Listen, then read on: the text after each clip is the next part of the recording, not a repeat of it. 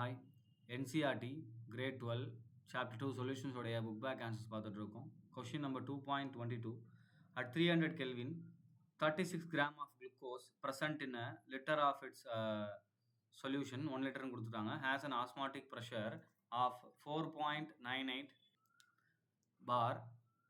If the osmotic pressure of a solution is 1.52 bars at the same temperature, what would be its concentration? So same temperature, two different solutionக்கு என்ன கொடுத்துட்டாங்க, same temperature கொடுத்துட்டாங்க, right. So அப்போ ரெண்டு solution, இப்போ osmotic ப்ரெஷருடைய ஃபார்முலானது pi that is equal to CRT, right. So first சொல்யூஷனுக்கு நம்ம என்ன பண்ணிக்கலாம், இப்போ நம்ம எப்படி எழுதிக்கலாம், RT that is equal to pi divided by C அப்படின்னு எழுதிக்கலாமா. ஸோ அப்போ ஆட்டோமேட்டிக்காக நமக்கு என்ன ஆயிரும், ஃபஸ்ட்டு சொல்யூஷன் பாருங்கள், pi one that is pi one divided by C one that is equal to RT.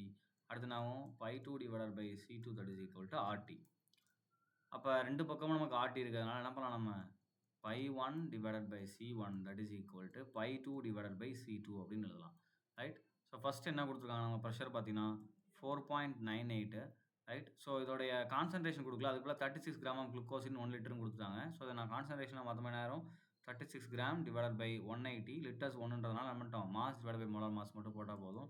That is equal to இங்கே நமக்கு என்ன வரும், 1.52 டிவைடட் பை C1. இந்த கான்சன்ட்ரேஷன் நமக்கு தெரியாது. அப்போ C1 that is equal to இது எப்படி நமக்கு மாறும், C1 that is equal to 1.52 into 36 divided by 4.98 into 180, right. So அப்போ C1ஓட ஆன்சர் என்ன வரும், ஸோ இதை நம்ம மேத்தமேட்டிக்கலாக ஒர்க் அவுட் பண்ணுவோம்னா C1ஓட ஆன்சர் 0.061 மோலார் அப்படின்றது ஆன்சர் தான் வரும், ரைட். ரொம்ப சிம்பிளான ஒரு ப்ராப்ளம். ரெண்டு சொல்யூஷன் என்ன பண்ணிக்கிறீங்க, pi one and pi two அப்படின்னு எடுத்து என்ன பண்ணிக்கிறோம், ஈஸியாக நீங்கள் ஒர்க் அவுட் பண்ணிட்டீங்கன்னா என்ன நமக்கு ஒன்று நமக்கு இந்த டேர்ம்ஸ்லாம் ஆர்டி சேமாக இருக்கிறதுனால ஒன்னோட நம்ம கம்பேர் பண்ணிடலாம். கம்பேர் பண்ணி இந்த C1ஓட வேல்யூ கண்டுபிடிச்சிடலாம். கான்சன்ட்ரேஷன் கேட்டதுனால இதோட நம்ம நிப்பாட்டினோம்.